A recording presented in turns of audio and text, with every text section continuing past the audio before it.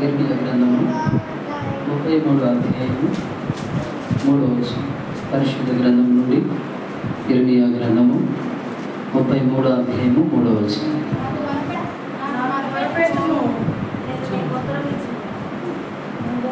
నాకు మొరపెట్టుము, నేను నీకు ఉత్తరం ఇచ్చేదను.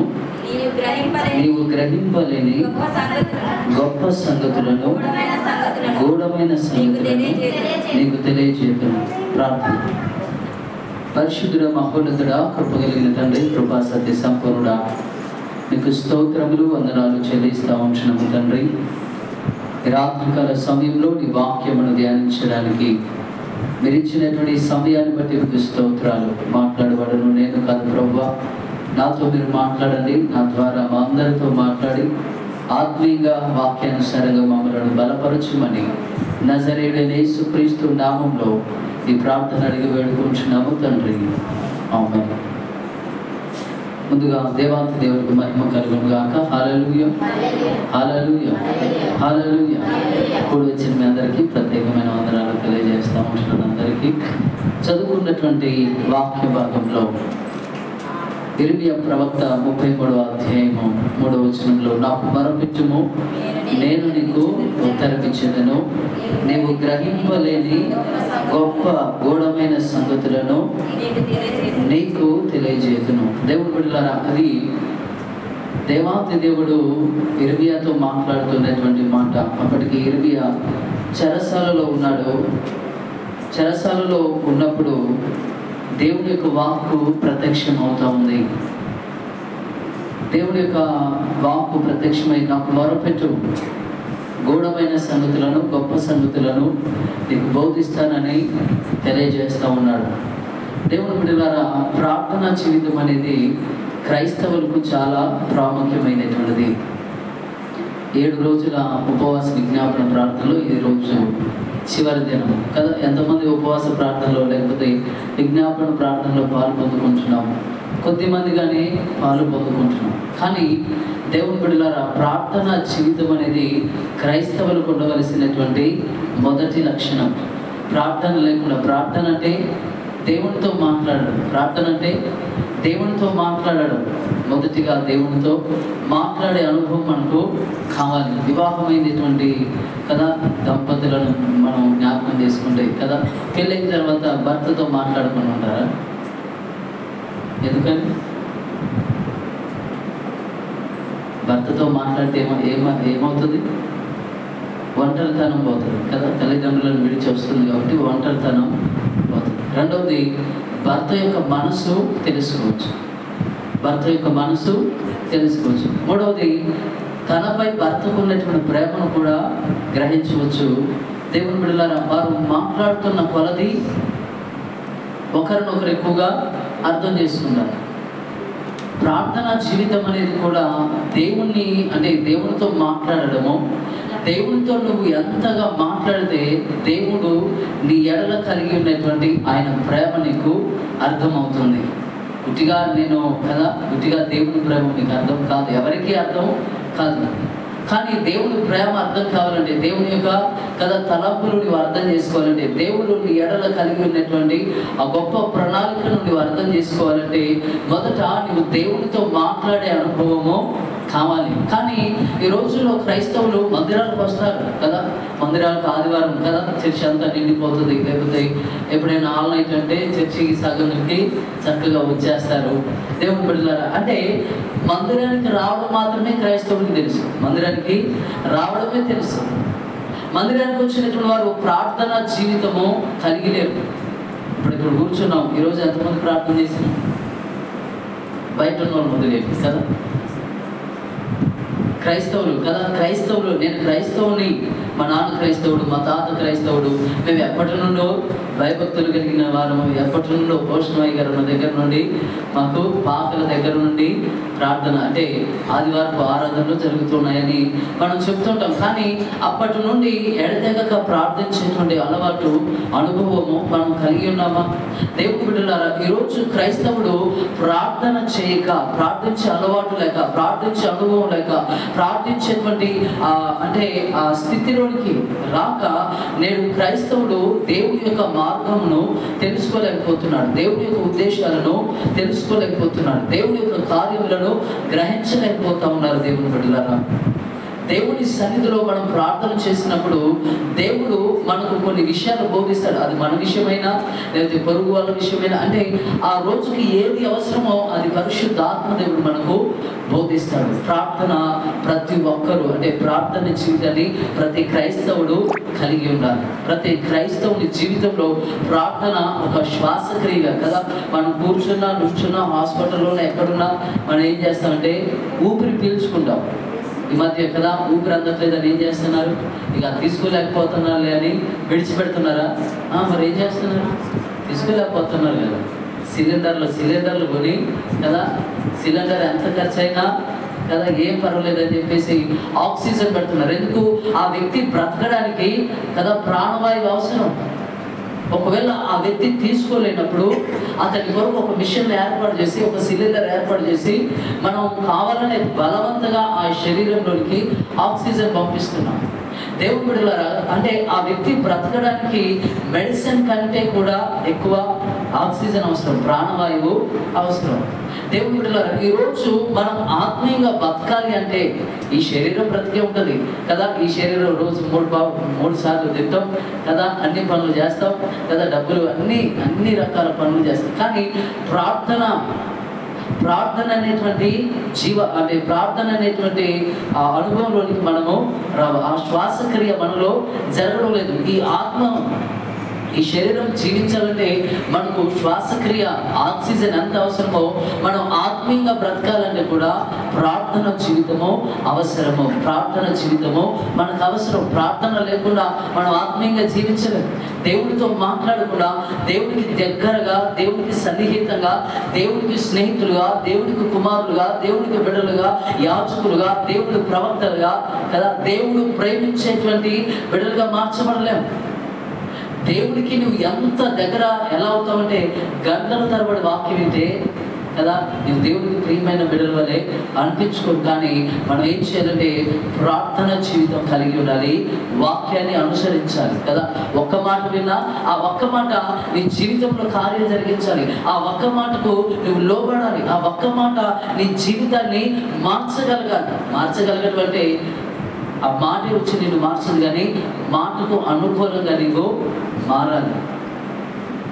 మాటకు అనుకూలంగా ఇప్పుడు ఎవరైనా మనం తిట్టారనుకోండి కదా, తిడితే నా ఇంటికి రావద్దన్నారు అనుకోండి, ఆ మాట వచ్చి వాళ్ళ ఇంటికి వెళ్తుంటే మనల్ని నెట్టదు. కానీ ఆ మాట ఎక్కడ ఉంటుంది? మన మనసులో ఉండి ఆ మాటను పట్టుకొని మనమే మన శరీరాన్ని బలవంతం చేద్దాం. వాళ్ళ ఇంటికి పోయేదేంటి, మనకు లేదా, తినడానికి లేదా, తాగడానికి లేదా, డబ్బు లేదా, వండుకోవడానికి గ్యాస్ లేదా, అంటే ఆ మాటను బట్టి నువ్వేం చేస్తున్నావు? ప్రవర్తిస్తున్నావు. ఆ మాటను బట్టి కదా నీ శరీరాన్ని ఆపేస్తున్నావు. అలాగే ఒక్క మాట విన్నా ఆ మాటను బట్టి నీవేం చేయాలంటే నీ శరీరాన్ని లోపరచాలి. నీ శరీరానికి దాన్ని అనుభవించుకొని వాక్యానుసారంగా జీవించాలి. దేవుని బిడ్డలారా, ప్రార్థన లేకపోతే ఆత్మీయ జీవితము లేదు. ప్రార్థన లేకపోతే ఆత్మీయ జీవితం, ఆత్మీయంగా మనము జీవించలేము. బిడ్డలుగా జీవించలేం, విశ్వాసులుగా జీవించలేం, పరిశుద్ధులుగా జీవించలేం, యథార్థవంతులుగా జీవించలేం.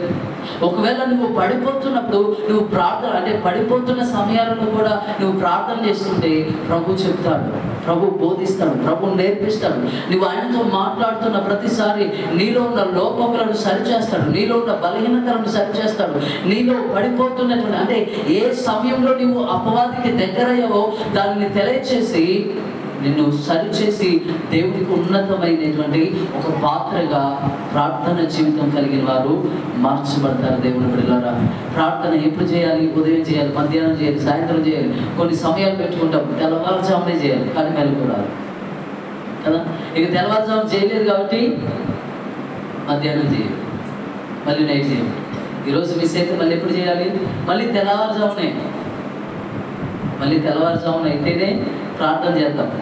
ఒకవేళ మరలా మెలుకురాదు. ఇట్లా 10 రోజులైనా 10 సంవత్సరాలని గడుస్తుంది, కానీ అయ్యో నేను తెల్లవారుజామున లేవలేకపోయాను, నా పనులన్నీ ముగించిన తర్వాత మరలా ప్రార్థన చేద్దామనే తలంపు రాదు. అంటే ఇప్పుడు మనం ఉన్నాం కదా, 8 బస్సు మిస్ అయింది ఇప్పుడు 12 బస్సు కొరకు ఆగుతారా? లేదు.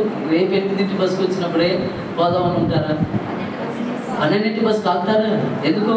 మీకు ఒక గురు ఉంది, ఆ గురి దగ్గరకు వెళ్ళాలి. ఆ ప్రయాణ మార్గంలో కదా పలానా అంటే మధుర వెళ్ళాలంటే 8 బస్సు మిస్ అయినా మరలా 12 బస్సు ఉంది, 4 బస్సు ఉంది, మరలా 8 అంటే దేవుడు బిడ్డలారా, నువ్వు అనుకున్న గురి చేరాలంటే ఆ బస్సు కొరకు నువ్వు ఎలా ఎదురు చూస్తావో, ప్రార్థనలో కూడా సమయము అయిపోయిందని, తెల్లవారుజామున మెలకు రాలేదని, ఒత్తిడిని బట్టి ప్రార్థన చేయలేకపోయానని ఇక ఆ రోజు ప్రార్థన చేయకుండా ఉండడం కాదు, కానీ ప్రార్థించే అలవాటు. ఆ సమయం విషయంగా మరి ఒక సమయం చూసుకో, మరి ఒక అవకాశం చూసుకో, మరి ఒక కదా అంటే ఎప్పుడు వీలు చిక్కితే అప్పుడు, ఎప్పుడు సమయం దొరికితే అప్పుడు ప్రార్థన చేయడానికి ప్రతి క్రైస్తవుడు సిద్ధపడి ఉండాలి. ప్రతి క్రైస్తవుడు ప్రార్థన జీవితాన్ని కలిగి ఉండాలి. అపోస్తలుల జీవితాలలో మనం చూసినట్లయితే వారి సమర్పణ మీరు చూడండి. అపోస్తలుల కార్యముల గ్రంథము 6వ అధ్యాయము 4వ వచనం. అయితే మేము ప్రార్థన యందును వాక్య పరిచర్య యందును ఎడతెగక యుద్ధమని చెప్పి దేవుని బిడ్డలారా, అపోస్తలులు వారు ఒక తీర్మానం తీసుకుంటున్నారు. అక్కడ వచ్చి గ్రీసు దేశపు భాష మాట్లాడేటువంటి వారు హెబ్రీ భాషతో మాట్లాడేటువంటి యూదుల మీద నేరం మోపుతూ ఉన్నారు. అయ్యా, ఈ హెబ్రీ భాష మాట్లాడే యూదులు మాలో ఉన్న విధవరాలను చిన్న చూపు చూస్తూ ఉన్నారు.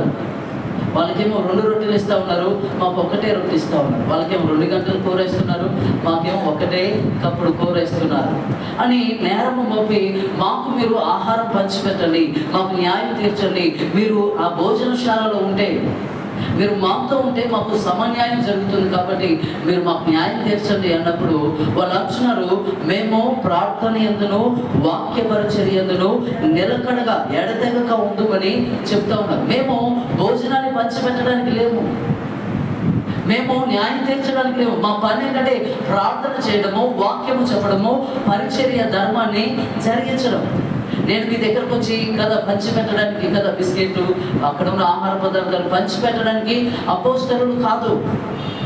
దాని కొరకు పరిచారకులు 7 నియమించబడ్డారు. దేవుని బిడ్డలారా, ఈరోజు నీవు కూడా అంతే. నీవు ప్రార్థన కొరకై నియమించబడ్డావు. నీవు ప్రార్థన చేయడానికి దేవుడు నిన్ను పిలుచుకున్నాడు. వాళ్ళు అంటే అపవాది కదా, ఇది దేవుని అంటే అపవాది ప్రార్థన జీవితంలో నుండి మనలను పడవేస్తుంది. మన నుండి ప్రార్థన జీవితాన్ని దొంగిలిస్తాడు. ప్రార్థన జీవితాన్ని దొంగిలిస్తే ఇప్పుడున్న అంటే ఇప్పుడు అన్ని సెల్ ఫోన్లు వచ్చాయి, కానీ ఇంతకుముందు ల్యాండ్ లైన్ ఉండేది. దొంగవాడు వస్తే ఏం చేసేవాడు? మొదట ఏం చేస్తాడు? ల్యాండ్ లైన్ కట్ చేస్తాడు. ఎందుకు? ఇక్కడ నుండి ఇప్పుడు దొంగ వచ్చాడు, దొంగ వచ్చినట్టు బయట ఎవరికి తెలియకూడదు, ఇంట్లో తప్ప బయట ఎవరికి తెలియకూడదు. అంటే ఇక్కడ నుండి సమాచారం ఎలా వెళ్తుంది? ఫోన్ ద్వారా వెళ్తుంది. కాబట్టి ఆ సమాచారం వెళ్లకుండా వైర్ కట్ చేస్తాడు. ఇప్పుడు ఈ ఫోన్ ఎంత నొక్కినా ఈ పోలీస్ స్టేషన్కి వెళ్ళదు, ఈ పక్కింటోళ్ళకి వెళ్ళదు, ఎవరికి వెళ్ళదు. అదే ఫోన్ కాంటాక్ట్ ఉంటే వెంటనే పక్కింటోళ్ళకి ఫోన్ చేస్తే 10 మంది కలిసి వస్తారు కదా, దొంగలు పట్టేసుకుంటారు. దేవుడు బిడ్డలారా, అపవాది కూడా మొదట నీలో జ్వరపడేటప్పుడు, మొదట నీలోనికి వచ్చేటప్పుడు, నీ కుటుంబంలోనికి వచ్చేటప్పుడు నీ నుండి ఏదైనా దొంగిలించాలి కదా. ప్రార్థన జీవితం, ఆత్మీయ జీవితం, వాక్యానుసారమైన జీవితం, పరిశుద్ధమైన జీవితం, ఏదైనా నీ నుండి కదా దేవునికి దూరం నిన్ను దేవునికి దూరం చేయడానికి మొదట వాడు చేసే పని ఏంటంటే ప్రార్థన జీవితాన్ని దొంగిలిస్తాడు. ప్రార్థన చేయకుండా ఆటంకపరుస్తాడు. మీరు ఎప్పుడైనా చూడండి కదా, టీవీ చూడడానికి ఆటంకాలు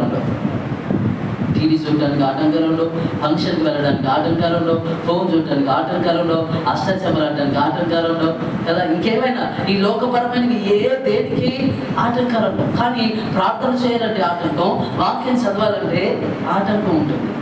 దేవుడు బిడ్డలారా, ఇక్కడ వాళ్ళు అంటున్నారు, మేము ప్రార్థన యందు ఎడతెగక ఉండాలి అంటున్నారు. పేతురు 10వ అధ్యాయంలో మీరు చూసినట్లయితే, పేతురు అక్కడ 10వ అధ్యాయంలో అపోస్తలుల కార్యముల గ్రంథము 10వ అధ్యాయము 9వ వచనం ఒకసారి చదవండి. మరునాడు వారు ప్రయాణమైపోయి పట్టణమునకు సమీపించినప్పుడు పగలు ఇంచుమించు 12 గంటలకు పేతురు ప్రార్థన చేయుటకు మిద్దె మీదకి ఎక్కెను. అతడు మిక్కిలి ఆకలి కొని భోజనము చేయగోరెను. ఇంటివారు సిద్ధము చేయుచుండగా అతడు పరవశుడై, చాలండి, హల్లెలూయా హల్లెలూయా. దేవుని బిడ్డలారా, అతడు అప్పుడే ప్రయాణం చేసి వచ్చాడు, ఓడ ప్రయాణం చేసి వచ్చాడు కదా. చెప్పుకొని వచ్చారు కదా అయ్యగారు, భోజనం వండి పెట్టలేదు. వీళ్ళు ఏం చేశారు? భోజనం వండలేదు పేతురుకి. అయ్యో, పేతురు వచ్చాడు కదా, అపోస్తలుడు వచ్చాడు, అతనికి భోజనం సిద్ధపరచాలి. అప్పటికి 12 అవుతా ఉంది. వాళ్ళు ఏం చేస్తున్నారంటే భోజనాన్ని సిద్ధపరుస్తూ ఉన్నారు. పేతురు ఏం చేస్తూ ఉన్నాడు? సమయం ఉందని ఏం చేస్తూ ఉన్నాడు? వాళ్ళతో మాట్లాడుతున్నాడా? ముసలమ్మ ముచ్చట్లు పెట్టాడా? టీవీ చూస్తూ ఉన్నాడా? లేకపోతే పక్కన ఉన్నటువంటి వాళ్ళ ఇళ్లలో, అమ్మ ఫలానా వాళ్ళ ఇంట్లో వాళ్ళు ఎలా ఉన్నారు కదా, వాళ్ళ ఇంట్లో ఏం జరుగుతుంది, ఎలా జరుగుతుందని అడుగుతుంటున్నాడు? అడగట్లేదు. ఆయన ఉద్దేశము, ఆయన ప్రాణము, ఆయనలో ఉన్నటువంటి ఆత్మీయ అనుభవం ఎక్కడికి కనిపిస్తుందంటే మేడగది పైకి. ఎందుకంటే ఈ లోపల గదుల్లో ప్రజలు ఉన్నారు, విశ్వాసులు ఉన్నారు, భక్తి పరులు ఉన్నారు, ప్రార్థనా పరులు ఉన్నారు కదా. దేవుడి బిడ్డలే అంటే ఆ ఇంట్లో ఉన్నారు. కానీ అతడు ప్రార్థన చేయడానికి స్థలం దొరకలేదు. వెంటనే ఏం చేస్తున్నాడంటే మిద్దె మీదకి ఎక్కి 12 గంటల సమయంలో కదా, 12 ఎండవేళలో, అది ఏ కాలమైనా 12 గంటలకు ఎండే వస్తుంది. ఎండవేళలో పేతురు మిద్దె మీదకి ఎక్కి అక్కడ ప్రార్థన చేస్తూ ఉన్నాడు. ఎందుకు? అప్పటి వరకు ప్రయాణమే చేశారు కదా, కొంచెం రెస్ట్ తీసుకోవచ్చు కదా. కొంచెం అలసిపోయాను, ఈరోజు ఒక్కరోజు పండుకొని మరలా తెల్లవారు నుండి పరిచర్య చేద్దాంలే అని అనుకున్నాడా? అనుకోలేదు. అక్కడ ఆ 12 గంటల సమయంలో అతడు ప్రార్థన చేస్తూ ఉన్నాడు. ఇంటి వారు భోజనం ఏర్పాటు చేస్తూ ఉన్నారు. పరిశుద్ధ ఆత్మదేవుడు ఆయనను ఆత్మవశునిగా చేశాడు. అప్పటి వరకు ఆకలితో ఉన్నాడు కదా, ప్రయాణం చేసి అలసిపోయి ఆకలితో ఉండి కొంచెం సమయం దొరికిందని మేడగది మీదకి వెళ్ళి ప్రార్థన చేస్తుంటే పరిశుద్ధ ఆత్మదేవుడు ఆయనను నింపి, అంటే తన సన్నిధి చేత పరిశుద్ధాత్మదేవుడు పేతురుని నింపి అక్కడ ఒక దర్శనాన్ని చూపిస్తా ఉన్నాడు. చూడండి, అక్కడ ఆకాశము తెరవబడుటయు 11 వచ్చింది. దింపబడిన ఒక విధమైన పాత్ర భూమి మీద దిగువచ్చుటయు చూచెను. అందులో భూమి యందు సకల విధములైన చతుష్పాద జంతువులను, రాకు పురుగులను, ఆకాశ పక్షులను ఉండేను. చాలండి, హల్లెలూయా.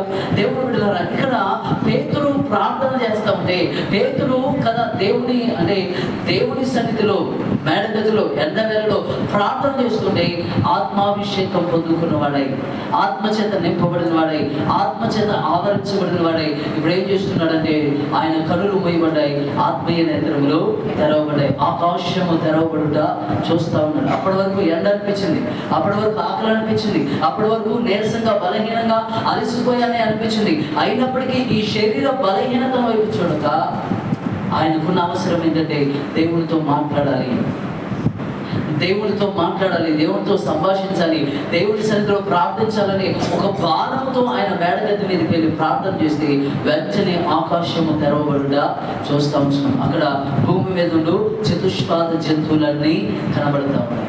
ఇప్పుడు దేవుని స్వరం వినబడుతుంది. పేతురు ఇదిగో అవి చంపుకొని తిన్నాడు.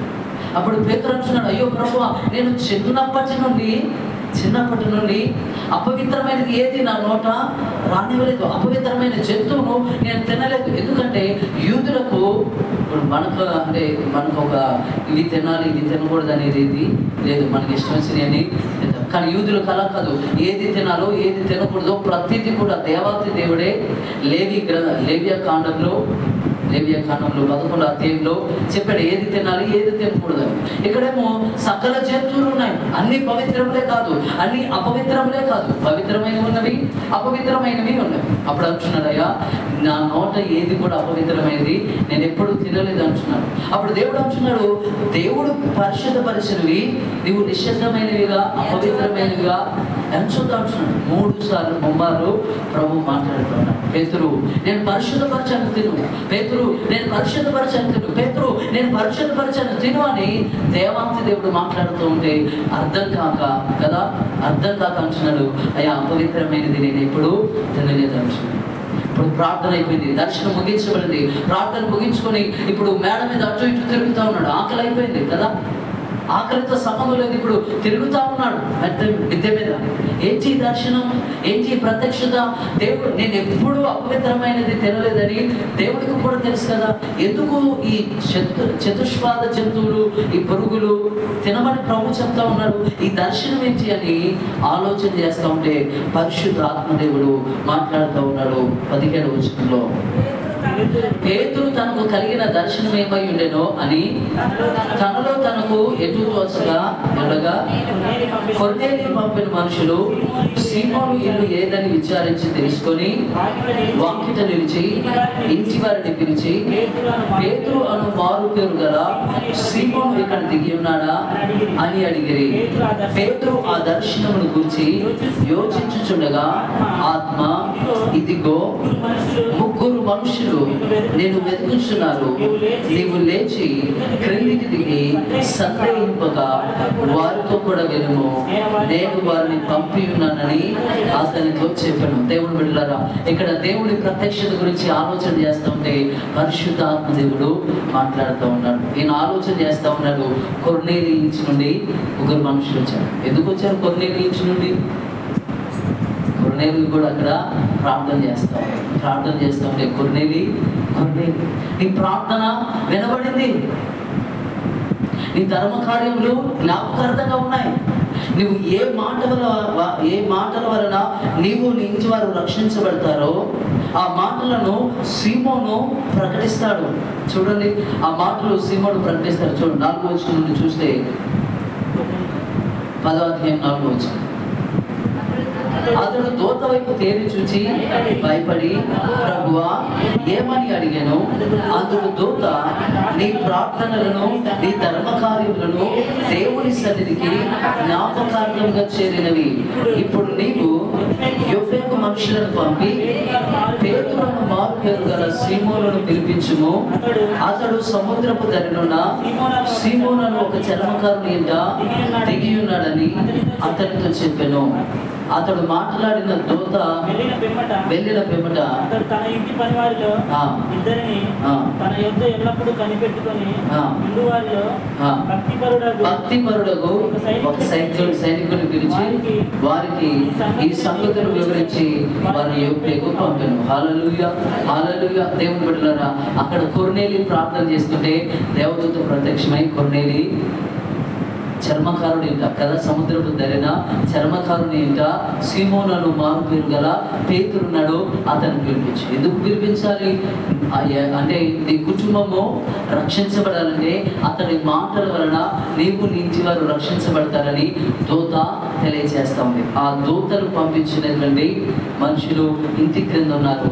ఈయనేమి మేడగదిలో ఉన్నాడు, అంటే మిద్దె మీద ఉన్నాడు. అటు ఇటు తిరుగుతుంటే పరిశుద్ధ ఆత్మదేవుడు వచ్చినాడు. పేతురు, నేను వారిని పంపించాను, తడవు చేయక భయపడక కదా, సందేహింపగా వారితో కూడా వెళ్ళుము, నేనే వారిని పంపి ఉన్నానని అతనితో చెప్తా ఉన్నాడు. దేవుడి బిడ్డలారా, ప్రార్థన పరుల జీవితాలను మీరు చూడండి. కొర్నేలియు ప్రార్థన చేస్తా ఉన్నాడు. అతడు భక్తిపరుడని వాక్యము సెలవిస్తాం. అతడు భక్తిపరుడని, యథార్థవంతుడని, ధర్మ కార్యములు చేసేవాడని కదా, ఒక్కరిద్దరు కాదు భక్తిపరులు, ఇంట్లో ఉన్న వారందరితో కూడా భక్తిపరుడని వాక్యం సెలవిస్తాం. ఇప్పుడు ఆ ప్రార్థన పరుడికి రక్షణ అవసరం. ఇప్పుడు ఆ ప్రార్థన పరుడికి కుటుంబం రక్షించబడడం అవసరమైనది. రక్షణ ఎలా వస్తుందో తెలియదు కాబట్టి ఇప్పుడు పేతురును పిలిపించమని దూత తెలియజేస్తాం. ఇప్పుడు పేతురుతో ప్రభు ఎందుకు మాట్లాడుతూ ఉన్నాడంటే అన్యజనులందరూ కూడా అపవిత్రులని పేతురు యొక్క ఉద్దేశం. ఎందుకు? యూదుడు కాబట్టి అంటే అన్యజనులతో సహవాసం చేయడానికి వీలు లేదు. పౌలు కూడా చెప్తారు కదా, విశ్వాసులకు అవిశ్వాసులకు పొత్తు లేదు, సాంగత్యం లేదు, సహవాసం లేదని. దేవుడు బిడ్డలారా, దేవుడు కూడా అంతే. అందుకే సమరయ స్త్రీ అంటారు కదా, యూదుడు అయిన నీవు కదా, సమరయ స్త్రీనైనా నేనిచ్చే నీళ్ళు నువ్వు ఎలా తాగుతావు అయ్యా? అవునా? ఎప్పుడైనా ఆలోచించారా? హల్లెలూయా. అక్కడ అంటే అన్యులు అపవిత్రులు, దేవుని ఎరిగినటువంటి బిడ్డలు అపవిత్రులని ఈ పేతురు అనుకుంటున్నాడు. అంటే దేవుని యొక్క ఉద్దేశం, దేవుని యొక్క రక్షణ ప్రణాళిక తెలియనటువంటి ఈ పేతురు మనసులో ఉన్నటువంటి ఆలోచనను దేవుడిని తొలగించడానికి ఈ దర్శనం ఇచ్చాడు. ఇప్పుడు పేతురును దేవాంత దేవుడు కొర్నేలికి పంపించాడు. అక్కడ సువార్త ప్రకటించబడింది. సువార్త ప్రకటించగానే 44వ వచనంలో మనం చూసినట్లయితే పేతురు ఈ మాటలు ఇంకా చెప్పుచుండగా అతని బోధ విన్న వారందరి మీదకి పరిశుద్ధాత్మ దిగెను. సున్నతి పొందిన వారిలో పేతురుతో కూడా వచ్చిన విశ్వాసులందరూ పరిశుద్ధాత్మ వరము అన్యజనుల మీద సహితము కుమ్మరింపబడుట చూచి విభ్రాంతి నొందిరి. ఏలయనగా వారు భాషలతో మాట్లాడుతూ దేవుని గణపరచుచుండగా వినిరి. హల్లెలూయా, హల్లెలూయా. దేవుని బిడ్డలారా, దేవుని కార్యము. ఇతడు యూదుడైనా కదా పేతురు, అపోస్తలులు అందరూ కూడా యూదులే, అన్ని జనులు ఎవరు లేరు. ఇప్పుడు వాళ్ళ ఉద్దేశం ఏంటంటే యెరూషలేము అంతా సువార్త ప్రకటించాలి, యెరూషలేములో ఉన్న యూదులను రక్షించాలి, లేకపోతే భూదిగంతములకు వెళ్ళాలి. భూదిగంతాల్లో ఎవరైతే యూదులు ఉన్నారో, ఎవరైతే ఇశ్రాయేలు ప్రజలు ఉన్నారో, ఎవరైతే 12 గోత్రాల వారు ఉన్నారో వారికి మాత్రమే రక్షణని వీళ్ళు అనుకుంటున్నారు. రక్షణ ప్రణాళిక గురించి కదా, దేవుని యొక్క రక్షణ ప్రణాళిక గురించి వీరికి తెలియదు. కాబట్టి గూఢమైన సంగతి, దేవుని ప్రణాళిక వీళ్ళకి తెలియదు. కాబట్టి ప్రార్థన చేస్తుంటే దేవుడు ఆ మర్మాన్ని బయలుపరుస్తూ ఉన్నాడు, ఆ రహస్యాన్ని బయలుపరుస్తూ ఉన్నాడు. పేతురు అన్యజనులు కదా, అపవిత్రులు కారు, అన్యజనులు అంటరాని వారు కాదు, అన్యజనులు నిషిద్ధమైన వారు కారు. నీ తలంపు మార్చుకో, నీ ఉద్దేశం మార్చుకో. నేను అన్యజనులను కూడా రక్షించడానికి లోకానికి వచ్చాను. యోహాను సువార్తలో 10వ అధ్యాయంలో అంటారు కదా, ఈ దొడ్డివి కానీ వేరే గొర్రెలు కూడా నాకు కలవాలి. ఏ దొడ్డి అంటే ఇశ్రాయేలీయుల వంశపు వారి కానివారు, ఇశ్రాయేలు వంశంలో పుట్టనటువంటి వారు అన్యజనులు ఉన్నారు, వారిని కూడా నేను రక్షించవలసిన బాధ్యత నాకు ఉన్నది. వాళ్ళ రక్షణ కొరకు కూడా నేను రక్తాన్ని చిందించానని చెప్తా ఉన్నాడు. హల్లెలూయా. నా మాటలు మీకు అర్థమవుతున్నాయా? హల్లెలూయా, హల్లెలూయా. అంటే దేవుని బిడ్డలారా, ప్రార్థన చేస్తే దేవుడు రహస్యములను బయలుపరుస్తాడు. ప్రార్థన చేస్తే మర్మములను బయలుపరుస్తాడు. ప్రార్థన చేస్తే ఆయన ప్రణాళిక నీకు ముందుగా తెలియజేస్తాడు. దేవుని బిడ్డలారా, కొర్నేలి ఎలా అంటే ప్రార్థన చేస్తున్నాడు, ధర్మకార్యాలు చేస్తున్నాడు, ఇంటి వాళ్ళందరితో భయభక్తులు కలిగి ఉన్నాడు, కానీ ఏం లేదు, రక్షణ లేదు. హల్లెలూయా. కొర్నేలి ఇంటి వారికి రక్షణ లేదు.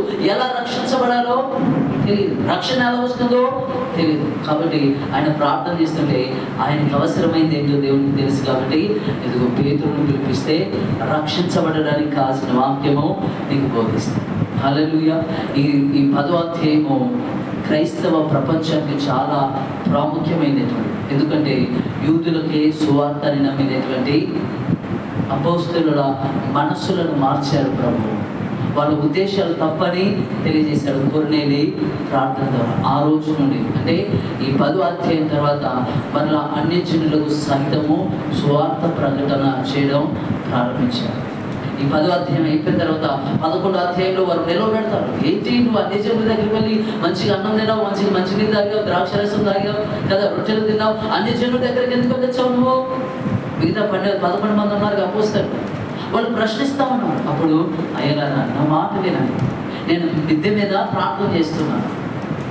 దేవుడు ఆత్మవశులనై అంటే దేవుని ఆత్మచేత నేను నింపబడినప్పుడు ఆకాశం తెరవబడింది, చతుష్పాద జంతువులు నాకు కనబడ్డాయి. ప్రభు తినమని చెప్పాడు, నేను తినడానికి చెప్పాను. ఆ దర్శన భావం గురించి ఆలోచన చేస్తుంటే నాకు దేవుడు అన్నాడు, ఆటంకం చేయక సందేహంలోకి వెళ్ళి వాళ్ళకు సువార్త ప్రకటించని చెప్పాడు. నేను వెళ్ళి ప్రకటించాను. పరిశుద్ధ ఆత్మదేవుడు అన్ని జనుల మీద కుమ్మరించబడ్డాడు. దేవుని ధిక్కరించడానికి నేను ఏ పాటి వాడను, దేవుని మాట వినాలని మీకు తెలుసు కదంటే అప్పుడు వాళ్ళు కూడా సంతోషించారు. అప్పటి వరకు యూదులకే ప్రకటించినటువంటి అపోస్తలుడు ఇప్పుడు అన్యజనులకు సహితము సువార్త ప్రకటించారు. హల్లెలూయా, హల్లెలూయా. దేవుని బిడ్డలారా, ఈ రోజున ప్రార్థనా పరులుగా నీవు ఉంటే, ప్రార్థించేవారుగా మనం ఉంటే దేవుడు మన జీవితంలో మనము చేయవలసిన కార్యము మనకు నేర్పిస్తాడు కదా. సేవా పరిచర్య, పేతురు సేవా పరిచర్య చేశాడు, కొర్నేలి సేవా పరిచర్య చేశాడా? కాదు. కొర్నేలికి ఏది అవసరమో దాని కొరకు దేవుడు పేతురును పంపించాడు. అర్థమవుతుంది? నా మాటలు అర్థమవుతుంది? హల్లెలూయా. కొర్నేలి ప్రార్థన చేస్తుంటే కొర్నేలి కుటుంబంలో ఏది కొద్దుగా ఉంది? భక్తి బాగానే ఉంది, ప్రార్థన బాగానే ఉంది కదా, ధర్మకార్యాలు మంచిగా ఉన్నాయి, భయభక్తులు కలిగి ఉన్నారు, కానీ రక్షణ లేదని ప్రభు తెలుసుకున్నాడు. కాబట్టి వెంటనే రక్షణ పొందడానికి పేతురును పంపించాడు సువార్త ప్రకటించడానికి, సువార్తను ప్రకటించడానికి. ఇప్పుడు పేతురు అన్ని జనులు అంటరాని వారు అనుకుంటున్నారు కాబట్టి అతడు ప్రార్థన చేస్తుంటే అన్ని జనులు అంటరాని వారు కాదు, వాళ్ళను కూడా నేను పిలుచుకున్నాను, వారిని కూడా నేను రక్షించాలి, వారిని కూడా వారి కొరకు కూడా నేను ఒక అపోస్తలుడిగా ప్రతిష్ఠించానని ప్రభు తెలియజేస్తూ ఉన్నాడు. హల్లెలూయా, హల్లెలూయా. దేవుని బిడ్డలారా, ప్రార్థన జీవితం అంటే సేవకుడు ఒక్కడే కాదు చేయాల్సింది. ప్రార్థన చేయడం అంటే సావుకురాలు కదా, సంఘ పెద్దలు వీళ్ళు కాదు, వీళ్ళు మాత్రమే కాదు ప్రార్థన చేసేది. ప్రార్థన జీవితము చిన్నలు మొదలుకొని పెద్దవారి వరకు కూడా ప్రార్థన జీవితం అవసరమైనది. మన పిల్లలకు ప్రార్థన చేయడం నేర్పించాలి, వాక్యం చదవడం నేర్పించాలి, దేవుని యందు భయభక్తులు మనం నేర్పించాలి. మనం అనుదినం ప్రార్థన చేస్తుంటే వాళ్ళు కూడా అనుదినము ప్రార్థన జీవితాన్ని కలిగి, మనం చేయకపోతే వాళ్ళు ఎలా చేస్తారు కదా. మనం సామెతలు మాట్లాడతాం కదా, దూడ గట్టును వేస్తుంది అంటాం కదా, అంటే ఆవు చేతిలో వేస్తే దూడ గట్టును వేస్తుంది. ఎందుకు నడిపించేది ఎవరు? దూడని, ఆవే. ఇప్పుడు మన జీవితానికి మనం ప్రార్థన జీవితం లేకుండా, మన భక్తి జీవితం లేకుండా, మనం దేవుడితో నడవకుండా మా పిల్లలు మారలేదండి, మా బిడ్డలు మారలేదండి, వాళ్ళు ప్రార్థనకు రావాలని మీరు ప్రార్థన చేయండి, నాకు ఇవ్వాలి. హల్లెలూయా. మీరేం చేస్తారు? నేను చేస్తే హల్లెలూయా. సావుకులు ప్రార్థన అవసరమే, కానీ నీవు బాలుడు నడవలసిన త్రోవను వాడికి నేర్పాలి. నీ ప్రవర్తనను బట్టి, నీ ప్రార్థన జీవితాన్ని బట్టి, నీ ఆత్మీయ జీవితాన్ని బట్టి నువ్వు ప్రార్థన చేస్తుంటే వాళ్ళు ప్రార్థన చేస్తారు, నువ్వు వాక్యం చదువుతుంటే వాళ్ళు వాక్యం చదువుతారు, నువ్వు మందిరానికి వస్తుంటే వాళ్ళు మందిరానికి వస్తారు, నువ్వు దేవుడికి భయపడుతుంటే వాళ్ళు దేవుడికి భయపడతారు, నువ్వు భక్తిగా ఎదిగితే వాళ్ళు భక్తిగా ఎదుగుతారు. రోజున సంఘాలలో అనేక సంఘాలలో కదా స్త్రీలు మాత్రమే వస్తారు. కారణం ఏంటంటే మొదటి నుండి మన పునాదులు ఏంటంటే సంఘాలలో స్త్రీలే ప్రార్థన కదా, ప్రార్థనకు వస్తారు, పురుషులు రారు. ఎందుకంటే వాళ్ళ తల్లిదండ్రులు నేర్పలేదు, వాళ్ళ తల్లిదండ్రులు బోధించలేదు, వాళ్ళ తల్లిదండ్రులు, మీ తల్లిదండ్రులు కూడా మీకు నేర్పలేదు, కానీ మీరు కఠినంగా ఉన్నారు కాబట్టి మనకు దేవుడు అవసరమే. హల్లెలూయా. నా మాట అర్థమవుతుందా? భర్తలు కఠినంగా ఉన్నారు కాబట్టి దేవుడి సన్నిధిలో ప్రార్థన చేస్తే ఈయన ఏదో ఒకరోజు మారుతాడని ఒక ఆశ. హల్లెలూయా. దేవుని బిడ్డలారా, శ్రమ కదా మనల్ని దేవుని దగ్గరికి నడిపిస్తుంది. శ్రమ గురించి నేను చెప్పను, కానీ దేవుని బిడ్డలారా, ప్రార్థన జీవితము క్రైస్తవ జీవితానికి అన్నిటికంటే కూడా ఆత్మీయ జీవితానికి ప్రార్థన జీవితము అవసరం. ప్రార్థన లేకపోతే ఆత్మీయంగా బ్రతకలేము, ప్రార్థన జీవితం లేకపోతే మనం భక్తిగా జీవించలేము, దేవుని బిడ్డలుగా అస్సలు ఉండలేము. నీకున్న శక్తిని బట్టి, నీకున్న జ్ఞానాన్ని బట్టి పాపముని ఎంతకాలం ఎదిరించగలవు? నువ్వు ఒకరోజు ఎదిరించగలవు, 2 రోజులు ఎదిరించగలవు, 10 రోజులు ఎదిరించగలవు, కానీ ప్రార్థన శక్తి మనలో ఉంటే జీవితకాలం పోరాడగలం, జీవితకాలం పాపాన్ని ఎదిరించగలం, జీవితకాలం శత్రువును మన పాదముల క్రింద అనగదొక్కే శక్తి, అధికారం దేవుడు మనకి ఇచ్చారు. కానీ అపవాదంటే భయం. ఎందుకు? ప్రార్థన జీవితం లేదు కదా. వాక్యంలో దేవుడిచ్చిన కదా, దేవుడిచ్చినటువంటి వాగ్దానాలు, దేవుడిచ్చినటువంటి అధికారం మనకు తెలియదు కాబట్టి మనం అపవాదికి భయపడతాం. కాబట్టి దేవుని బిడ్డలారా, ప్రార్థన జీవితము అవసరం. ప్రార్థన లేకుండా మనం ఏమీ సాధించలేం. యేసు ప్రభు జీవితాన్ని ఒకసారి మీరు పరిశీలన చేస్తే, యేసు ప్రభు కదా ఆయన భక్తిగా ఆయన ప్రార్థన జీవితాన్ని మీరు పరిశీలన చేస్తే ఆయన చిన్ననాటి నుండి ప్రార్థన జీవితాన్ని కలిగి ఉన్నాడు. మీరు మార్కు సువార్త 1వ అధ్యాయం 35వ వచనం చూడండి. మార్కు సువార్త 1వ అధ్యాయం 35వ వచనం. ఆయన పెందల కడలి లేచి ఇంకను చాలా చీకటి ఉండగానే బయలుదేరి అరణ్య ప్రదేశంలోకి వెళ్ళి అక్కడ ప్రార్థన చేయించలేను. హల్లెలూయా, హల్లెలూయా. మన మాదిరి ఎవరు? యేసు ప్రభువే కదా. ఆయన పెందల కడలి లేచి ఇంకను చాలా చీకటి కదా, 5 కాదు, ఇంకా చాలా చీకటి ఉండగా, తెల్లవారుతున్నప్పుడు కాదు, చీకటిలోనే అరణ్య ప్రదేశానికి వెళ్ళి కదా, ఎక్కడో ఉన్నటువంటి అరణ్య ప్రదేశానికి వెళ్ళి అక్కడ ప్రార్థన చేసేవారు. ప్రార్థన అలవాటు. ఇంకా మీరు లూకా సువార్తలో చూస్తే, లూకా సువార్త 12వ అధ్యాయం 6వ అధ్యాయం 12వ వచనం.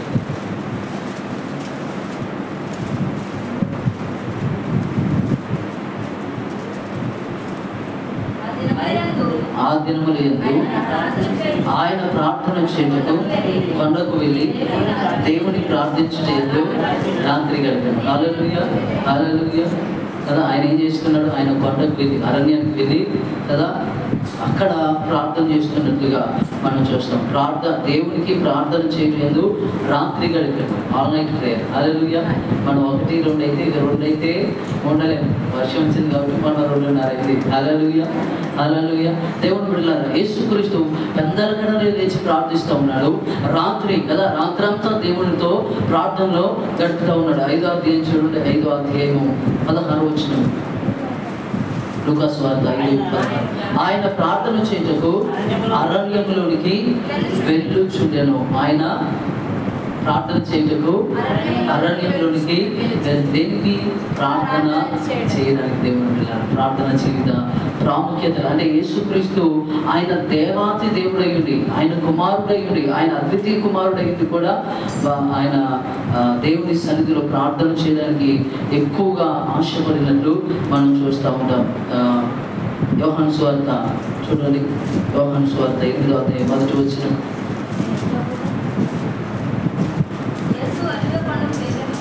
యేసు ఒలివ కొండకు వెళ్ళాడు. చాలు, హల్లెలూయా. ఒలివ కొండకు వెళ్తా ఉన్నాడు. దేని కొరకు వెళ్తా ఉన్నాడు? దేని కొరకు వెళ్తా ఉన్నాడు? ప్రార్థన చేయడానికి. లూకా సువార్త 22వ అధ్యాయం నేను ముగించేస్తాను. లూకా సువార్త 22వ అధ్యాయం 39వ వచనం.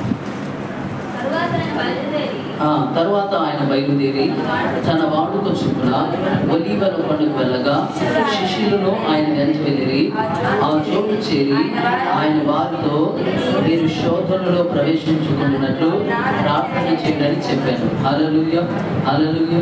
దేవుని బిడ్డలారా, ఇక్కడ అంటే యేసుక్రీస్తు జీవితంలో ప్రార్థన చేసినటువంటి సంఘటనలు, ఆయన గురించి వ్రాయబడిన సంఘటనలు నేను మీకు కొన్ని మాత్రమే జ్ఞాపకం చేశాను. ఇంకా చాలా ఆయన ప్రార్థన చేసిన సమయాలు ఉన్నాయి. ఆయన రాత్రి వాడుక చొప్పున, వాడుక అంటే అలవాటు కదా, అనుదినపు అలవాటు ఉన్నాయి. ఆయన అలవాటు ఏంటంటే ఒలీవ కొండకు వెళ్ళి ప్రార్థన చేయాలి. ఒలీవ కొండలో ప్రార్థించే స్థలం ఒకటి ఉంది. ఆ స్థలంకు వెళ్ళి ప్రార్థన చేసే అలవాటు ఆయన కలిగి ఉన్నాడు. మనం కూడా దేవుని సన్నిధిలో ప్రార్థించే అలవాటు, ప్రార్థించేవాడుగా ప్రార్థించేటువంటి తలంపు మనము కలిగి ఉండాలి. ప్రార్థన చేయకుండా కదా, ఈ శ్వాస గాలి పీల్చుకోకుండా ఏ విధంగా మనం బ్రతకలేమో, ప్రార్థన చేయకుండా ఆత్మీయంగా జీవించలేము.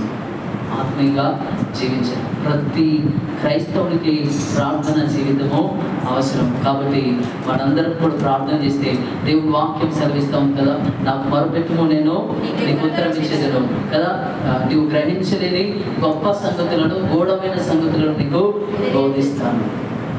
కొరనేది ప్రార్థన చేస్తే రక్షణ గురించి ఆయన ఎక్కడున్నాడో కదా, నేను ఎక్కడున్నానో మీకు తెలుసా? కదా, ఎక్కడ ఉంటాడో మీకు తెలియదు. కానీ దేవుడి దూత ఉంటుంది, ఆయన సముద్రపు తీరమున కదా చర్మకారుని ఇంట అక్కడ ఉన్నాడు. ఆయన పేరు, చర్మకారుని పేరు కూడా సీమోనే. ఆ సీమోను ఇంటిలో పేతురు అనబడిన సీమోను. అన్ని ఎంత క్షుణ్ణంగా బోధిస్తాం. మనం చెప్పగలమా? నేను ఎక్కడున్నాడో మీకు తెలుసు ఇది. కానీ ఆయన ప్రార్థన చేస్తే దూత ఇంటితో కదా, డోర్ నెంబర్తో కదా, ఇంటి పేరుతో సహా, వ్యక్తి పేరుతో సహా, వృత్తి, చర్మకారుడు, చర్మవృత్తి చేసేటువంటి పనులు.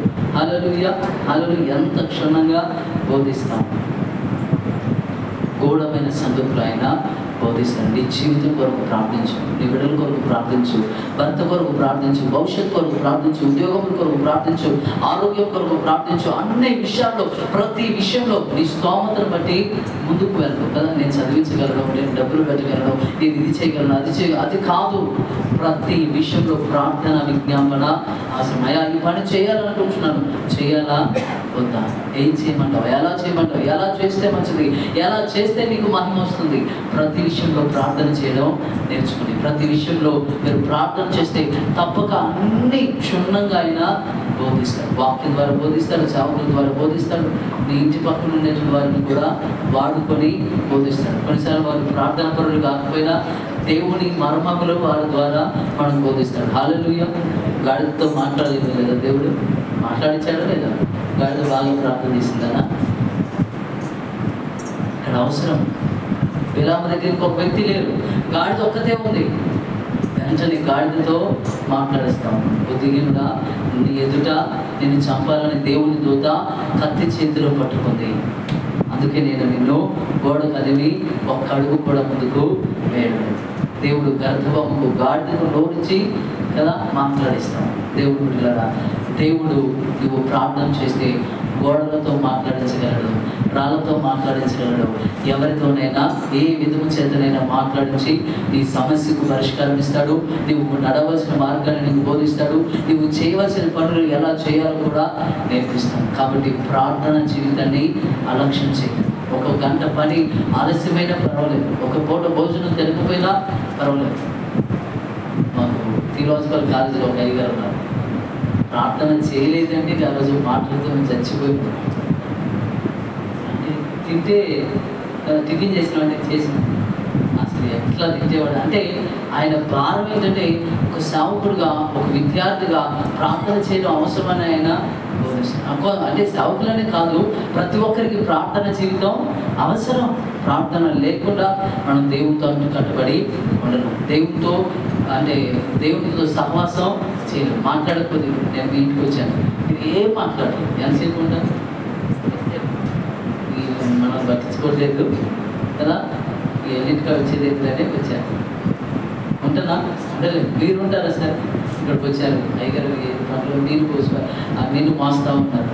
ఎంతసేపు చూసినా కూర్చుంటానట్లేదు, నుంచుంటానట్లేదు, చేయలేదు కదా, ఏం మాట్లాడలేదు. ఉంటారా మీరు?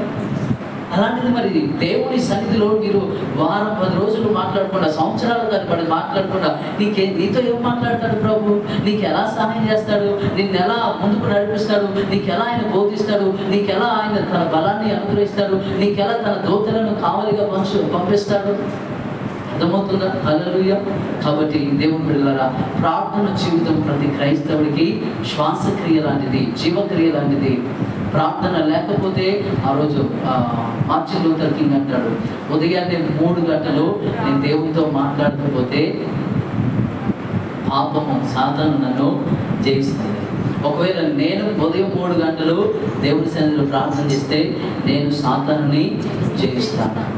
దేవుని బిడ్డలారా, ఆ అనుభవాన్ని దైవ సేవకుడు పంచుకుంటూ ఉన్నాడు. ప్రార్థన లేని జీవితము పతనమవుతుంది, ప్రార్థించని దీపము ఆరిపోతుంది. కాబట్టి మనందరం కూడా ఎడతెగనటువంటి ప్రార్థన. నువ్వు 10 రోజులు ఆపి ఒకరోజు అంతా ప్రార్థన చేయడం వ్యర్థం. అర్థమవుతుందా? 10 రోజులు ప్రార్థన చేయకుండా ఒక్కరోజు ఒక అర్ధగంట, 1 గంట చేసి ఇక మళ్ళీ 10 రోజుల దాకా ప్రార్థన దొరికి అది ఎంతో ప్రమాదకరం. అలా ప్రార్థన చేయడం ఏంటంటే నిన్ను నువ్వు తృప్తిపరచుకుంటావు. మా 10 రోజులకు సరిపోను ప్రార్థన చేస్తాను. మీరు ఎప్పుడైనా కదా, రేపు ఆదివారం ఉంది కదా, ఆదివారం వారానికి సరిపోను మంచిగా ఆనందంగా ప్రార్థన అంతా అయిపోయాం. వారం దాకా ముట్టుకోకుండా ట్రై చేయండి. ఒకరోజు ట్రై చేయండి, లేదా 2 రోజులు ట్రై చేయండి, 3 రోజులు ట్రై చేయండి. ఎలా ఉంటారు అప్పుడు? అంట్లో రుద్దగలుగుతారా? టీ పెట్టగలుగుతారా? ఉంచగలుగుతారా? వెంటనే ఫోన్ వెళ్ళాలి డాక్టర్ గారు. చేతులు గొంజుకొస్తున్నాయి, కండరాలు పట్టేస్తున్నాయి, కూర్చుంటే పట్టుపట్లు ఆడిపోతున్నాయి ఎముకలు కదా, సౌండ్ వస్తుందిగా కదా. ఇక భర్త మీద కోపం చెందినా పెరుగుతుంది. డాక్టర్ పిలవంటే పిలవలేదు, ఫోన్ చేయమంటే చేయట్లేదు, ఎక్కడ కిందలు అక్కడ ఇసిరేస్తాం కదా. ఎందుకు? నువ్వు 2 రోజులు అవుతుంది అన్నం తింటా, బలం తగ్గిపోతూ ఉంది, నీరసం అవుతూ ఉంది. ఇప్పుడు కదా పిల్లవాడు వచ్చి ఇలా లేస్తే పడిపోతాం. మరి అపవాది కదా, ఎవరిని మృంగుదునని గర్జించు సింహం వల్ల చూస్తున్నా అపవాది నిన్ను కదా పాపంలో పడలేడా? దేవుడిని దూరం చేయలేడా? హల్లెలూయా. నీ దగ్గర బలం లేదు కదా, వారానికి మళ్ళీ ఎప్పుడుకో ఆదివారం, లేకపోతే మళ్ళీ ఎప్పుడో శుక్రవారం. అప్పటి వరకు దేవునితో సహవాసం, దేవునితో మాట్లాడటం, దేవునితో కదా సంభాషించడం ఏది లేదు కదా. దేవుని ఇలా మనము ఇలాంటి పొరపాట్లు చేస్తున్నాం కాబట్టి క్రైస్తవుడు దేవుడు పాపంలోనే పాపం చేసినా సరే మీరు ప్రార్థన చేస్తుంటే పాపం ఒక రోజుకి మీకు అసత్యం అవుతుంది. పాపాన్ని జయించే శక్తి ప్రార్థన ద్వారా ఇస్తాడు. చాలామంది నేను కొంచెం పాపంలో ఉన్నానయ్యా, అందుకే మందిరానికి రావట్లేదు, అందుకే నేను ప్రార్థన చేయను అంటారు. వైద్యుల దగ్గరికి ఎవరు వెళ్ళాలి? మీరందరూ వెళ్ళాలి. ఎవరు బలహీనుడుగా ఉంటే మరి నువ్వు బలహీనుడు, పాపంలో ఉన్నావంటే నువ్వు బలహీనుడు. నువ్వు పడిపోతున్నావు అంటే బలహీనుడవు కదా. నీ మాట సరిగా లేదంటే నువ్వు బలహీనుడవు. నీ నడక సరిగా లేదంటే బలహీనుడవు. బలవంతుడి కంటే కూడా నువ్వు ఎక్కువ దేవునితో ఉండాలి కదా. అర్థమవుతుందా? ఇప్పుడు కొంతమంది నేను వెళ్తాను, నాకు జ్వరం తగ్గింది కాబట్టి ఇంజక్షన్ చేసుకుని వస్తాను. కొంతమంది ఆపరేషన్ అవుతుంది, లేదు నేను అటు ఇటు వస్తానంటే అవుతుందా? నీకు అవసరం, ఆపరేషన్ చేయడం అవసరం. నీలో ఉన్నటువంటి చెడును తొలగించడానికి 5 రోజులు పడుతుంది. అన్ని టెస్టులు చేయాలి, నీకు సరిగా రక్తం ఉండాలి, డాక్టర్లు అందుబాటులో ఉండాలి, వైద్య పరికరాలు అందుబాటులో ఉండాలి, నర్సులు అందుబాటులో ఉండాలి. అన్నీ అయిపోయిన తర్వాత ఆపరేషన్ చేసి ఒక 10 రోజులు కదలకుండా ఉంటామా, 7వ రోజు చిన్నగా తిరిగి నడుతుంది. ఎందుకు? నువ్వు బలహీనుడు అంటే హాస్పిటల్ అన్ని రోజులు గడిపితే కానీ మళ్ళీ నువ్వు బలవంతుడవు. అలాగే దేవుని సన్నిధిలో నువ్వు పడిపోతున్నావు, సరిగా లేవు. మాటలో కానీ, ప్రవర్తనలో కానీ, నడకలో కానీ ఏదో ఒక దగ్గర నువ్వు పడిపోతున్నావంటే నువ్వు బలహీనుడవు. కాబట్టి బలహీనుడైన నీకే ప్రార్థన ఎక్కువ అవసరం. హల్లెలూయా. బలహీనుడైన వ్యక్తికే సరైన అవసరం. హల్లెలూయా. అంతేనా కాదా? వడదెబ్బ తగిలింది కదా, ఇంట్లో 10 రోజులు పడుకుంటూ వచ్చిందా, వెంటనే ఓఆర్ఎస్ కానీ సెలైన్ కానీ పెడతాం. లేకపోతే డయేరియా వచ్చి నడిపించున్నావా కదా. ఎందుకు? రెస్ట్ తీసుకుంటే వైద్యం అంటే రెస్ట్ తీసుకుంటే స్వస్థత రాదు. ఎక్కడ ఉండాలంటే నీకు వైద్యం అందుతూనే ఉండాలి. నీ వైద్యుడు పరమ వైద్యుడు కదా. నీ శరీరానికి వైద్యం కాదు, నీ ఆత్మకు వైద్యం అవసరం. అది ఎక్కడ దొరుకుతుందంటే ఆయన సన్నిధిలోనే, ఆయన మందిరంలోనే, ప్రార్థన గదిలోనే, మోకాళ్ళ అనుభవంలోనే. మోకరించినప్పుడే ఆయన సర్వశక్తి నిన్ను కమ్ముకుంటుంది, ఆయన అభిషేకం నిన్ను కమ్ముకుంటుంది. నువ్వు ఏ బలహీనతలు కలిగినావో ఆ బలహీనతలను ఆయన తొలగించి తన బలము చేత నింపుతాడు. దేవుని ద్వారా వాక్యం ఇచ్చినటువంటి మీతో నాతో ప్రభు మాట్లాడుతున్నటువంటి అనేక విషయాలు. ఒకటే గురి ఏంటంటే ప్రార్థన జీవితం. ఇప్పటి వరకు అనుదినం ప్రార్థన చేయటం మీరు ఆగిపోయారేమో, ప్రార్థన జీవితం నుండి పడిపోయారేమో. ఒకసారి సరి చూసుకోండి, ప్రార్థన చేయడం ప్రారంభించండి. ఒక్క మాటలైనా, రెండు మాటలైనా రోజు ప్రార్థన చేయడం ప్రారంభించండి. ప్రార్థన రాదని ఆగిపోకండి కదా. ప్రార్థన రాదని ఆగిపోవద్దు. ప్రార్థన చేయడం నేర్చుకోండి. ప్రార్థన చేస్తుంటే ఆయన నేర్పిస్తుంది. అందరు చదువుచిన వెళ్తారా స్కూల్కి? అందరు చదువు వచ్చాక వెళ్తారా? చదువు రాకుండా వెళ్తారా? ఎందుకని? నేర్చుకునే పాఠశాల, చదువు నేర్చుకునేదే అక్కడ. నువ్వు ప్రార్థన నేర్చుకునేది ఎక్కడ? మరి దేవుని సన్నిధిలోనే. అది ఇల్లైనా మందిరమైనా మోకరించినప్పుడే ప్రార్థన వస్తుంది, లేకపోతే రాదు. లేకపోతే ప్రార్థన రాదు. బాయిలో దూకి కదా, బాయిలో దిగకుండా నాకు ఈత రావాలంటే వస్తుందా? ఎందుకు రాదు? బుక్స్ చదివి కదా ఎంతసేపు కదా, చేతులు ఎలా ఆడించాలి, కాళ్ళు ఎలా ఆడించాలి, ఊపిరి ఎలా తీసుకోవాలి, ఎన్నిసార్లు చేతులు స్పీడ్గా ఆడించాలి. 10 సార్లు బుక్స్ చదివినా నాకు వస్తుంది. 10 సార్లు చదివినా, 100 సార్లు చదివినా ఎక్కడికో నేను నీళ్ళలోకి వెళ్తే నీళ్లు నాకు నేర్పిస్తాయి కదా. ఎన్నిసార్లు చేతులు ఆడించాలి, ఎన్నిసార్లు కాళ్ళు ఆడించాలి, ఎప్పుడు ఏ చెయ్యి ఏ కాళ్ళు ఆడాలి, ఊపిరి ఎలా తీసుకోవాలి, ఎప్పుడెప్పుడు తీసుకోవాలి, అన్నీ నాకు ఎక్కడ అవుతుంది? నీళ్ళలోనే సాధ్యం. దేవుని బిడ్డలారా, మీరు ప్రార్థన గదిలో మోకరించకుండా ప్రార్థన చేయడం రాదు. చాలామంది తప్పించుకునే మాట ఏంటంటే నాకు ప్రార్థన రాదయ్యా. అది ఎంతో అవమానకరమైనటువంటి కదా. ఇన్ని సంవత్సరాల భక్తి జీవితంలో కూడా ప్రార్థన చేయడం రాకపోవడం అది ఎంతో కదా. అంటే మీరు మీ జీవితంలో అన్నీ కోల్పోయినట్టే. సమస్త విధములైన దేవుని మేలు, దేవుని ఆశీర్వాదం, దేవుని దీవెన, దేవుని సన్నిధి, దేవుని బలం, దేవుని రక్షణ, అన్నీ దేవుని నుండి వచ్చే సహాయం అంతా కూడా కోల్పోయినట్టే. కాబట్టి దేవుని బిడ్డలారా, ప్రార్థన గదిలో మోకరించడం ప్రారంభించండి. అనుదినం ప్రార్థన చేయడం నేర్చుకోండి. మీ కొరకు, మీ పిల్లల కొరకు మొదట ప్రార్థన చేయడం నేర్చుకోండి. మీకు కొంచెం ప్రార్థన వచ్చిందన్నప్పుడు ప్రార్థన అవసరతలు మందిరంలో చెప్తాం కదా, వాటి కొరకు ప్రార్థన చేయండి. ఎవరు బాధలు ఉన్నారో వాళ్ళ కొరకు ప్రార్థన చేయండి. ఇలా మీరు ప్రార్థన చేయడం నేర్చుకుంటే గూఢమైన సంగతులు, గొప్ప సంగతులు ప్రభు బోధిస్తాడు. నీకు అవసరమైతే నీ గురించి మాట్లాడతాడు, నీ పొరుగు వారికి అవసరమైతే నీ పొరుగు వారి గురించి కూడా ప్రభు మాట్లాడతాడు. కాబట్టి మనందరం కూడా వ్యక్తిగత ప్రార్థన జీవితాన్ని మనం అలవరుచుకొని ఈ లోకంలో దేవుని బిడ్డలుగా దేవునితో సహవాసం కలిగి ఉండి ఈ లోకంలో దేవుని కార్యములు జరిగించుటకు, దేవుని ఆత్మచేత బలము పొందుకొనుటకు పరిశుద్ధాత్మ దేవుడు తన కృపా సహాయము మనందరికీ దయచేయును గాక. ఆమె ప్రార్థన పరిశుద్ధుడు మహోన్నతుడ కృప కలిగిన తండ్రి మీకు స్తోత్రములు వందనాలు చెల్లిస్తాము నాయన.